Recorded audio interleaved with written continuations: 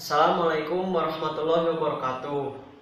Langkung tipayeun orang panjatkeun kehadirat Allah Subhanahu wa taala, memberikan hidayah sareng hinayahna ka urang sadaya.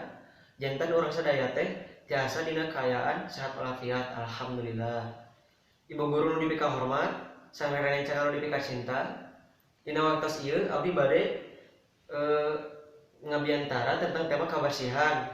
Nu mana orang kada ngajaga pola hidup sehat jeung ngabersihan lingkungan sekitar orang name tiasa ngajagaan tina segala penyakit nu aya. Kumargi kitu urang sadaya teh kudu ningkatkeun carana pola hidup sehat kanggo ti ayeuna nepi ka payuna name sakalian di kawitan ti ayeuna. Siga nu dijelaskeun sarasa hiji hadis, inna dofatu minal iman, kabersihan teh sabagian tina iman. Nu mata kudu dijaga ku urang-urang.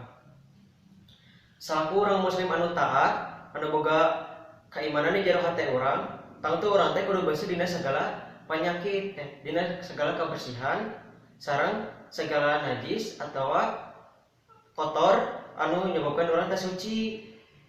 Allah Subhanahu wa taala mah resep kanu hamba nu merhatikeun jeung ngajaga kesehatan. Kebersihan eta teh kaasup kana raga urang, kana diri urang, sareng kana kahirupan di lingkungan sekitar urang.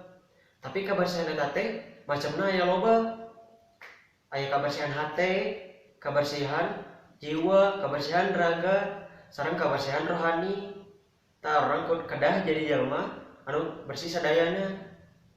Sabab lamun misalna urang ngan bersih raga tapi hatena teu bersih mah nya percuma. Matakan teh ayeuna hayu urang bersihkeun segala rupina sareng tingkatkeun kahirupan pola hidup sehat sareng urang sadayana. Rupina mun sakitu diantara ti simkuring hampura upami aya cariosan anu kirang merenah ka harate anjeun. Cekap sakitu abdi nyainggakeun pihatur.